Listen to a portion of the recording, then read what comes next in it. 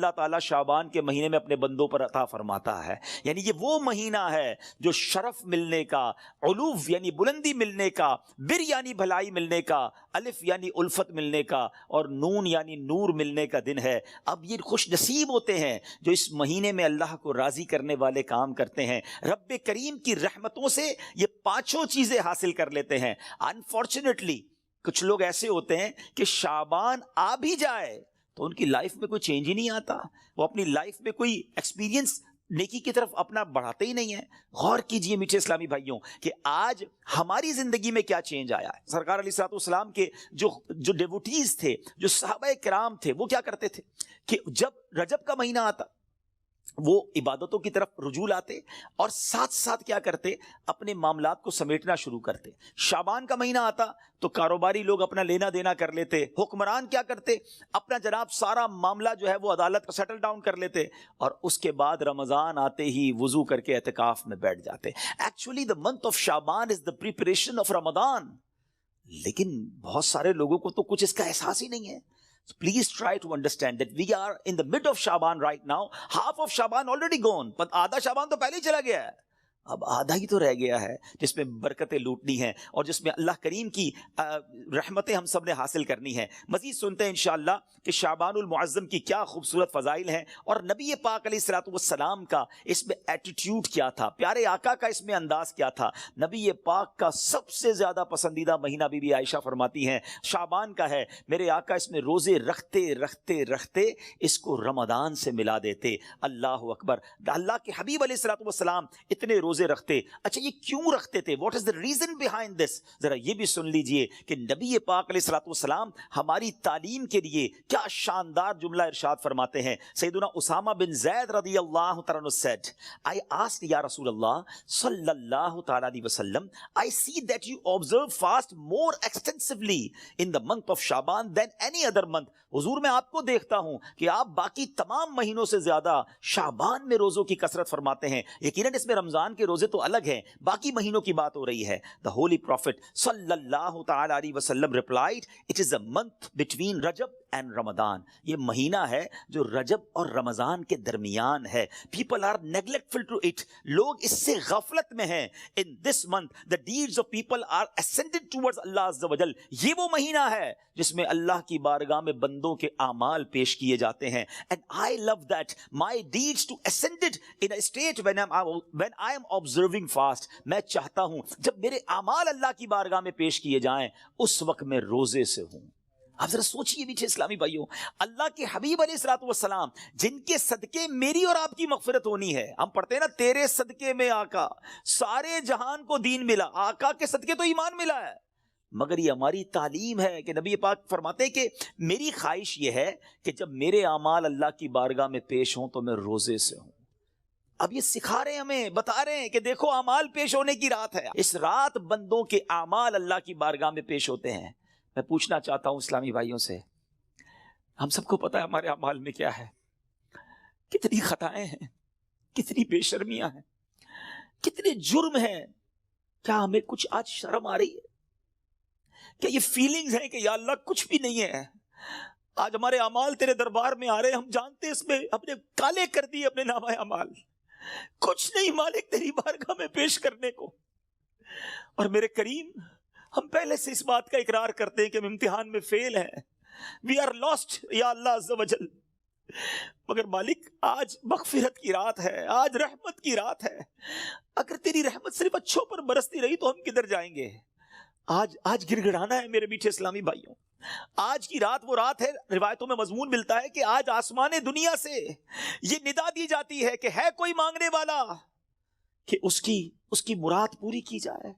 ہے کوئی مغفرت کا طلبگار کہ اس کو اس کی مغفرت کر دی جائے. ہے کوئی توبہ کرنے والا کہ اس کی توبہ قبول کی جائے. تو آج تو اعلان ہو رہا ہے نا، لیکن کیا ہم اس کیفیت میں ہیں؟ کیا ہم اللہ کی بارگاہ میں اس طرح گڑ گڑا رہے ہیں کہ مولا بس آج معاف کر دیجیے؟ ورنہ حالت تو یہ ہے، وہ پنجابی شاعر لکھتے ہیں نا، جے میں ویکھا عملہ ولے کچھ نہیں میرے پلے، کچھ ہے ہی نہیں، ایوری تھنگ لاسٹ. ہم نے ساری زندگی بیکار کاموں میں تو گزاری، نیکیاں کی تو اس میں اخلاص نہیں، ریاکاری.